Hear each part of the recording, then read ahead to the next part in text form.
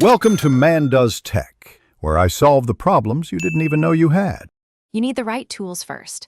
A flat surface, tweezers, ruler, and archival glue or double-sided tape. Start by aligning the note with the target surface. Make sure the note is clean and dry. Once aligned, lift one edge and apply a thin strip of tape or a narrow bead of glue along the backing. Avoid heavy amounts that wrinkle the paper. Press gently with a clean finger or roller. Let the adhesive set briefly before proceeding to full placement. Once the adhesive is touching, align the center of the note precisely, because small shifts become obvious. Slowly press from the center outward to push air out.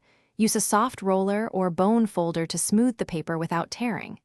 If you used liquid adhesive, maintain even, moderate pressure for 30 to 60 seconds so the fibers bond uniformly. Make sure edges lie flat. Trim any excess backing if tape overhangs. Allow partial drying before moving to final curing to prevent creases.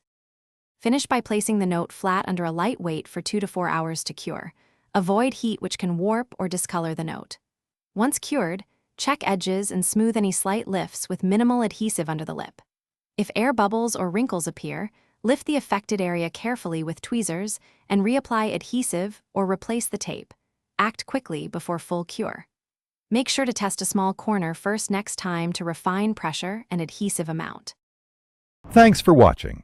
If you found this helpful, don't forget to like and subscribe.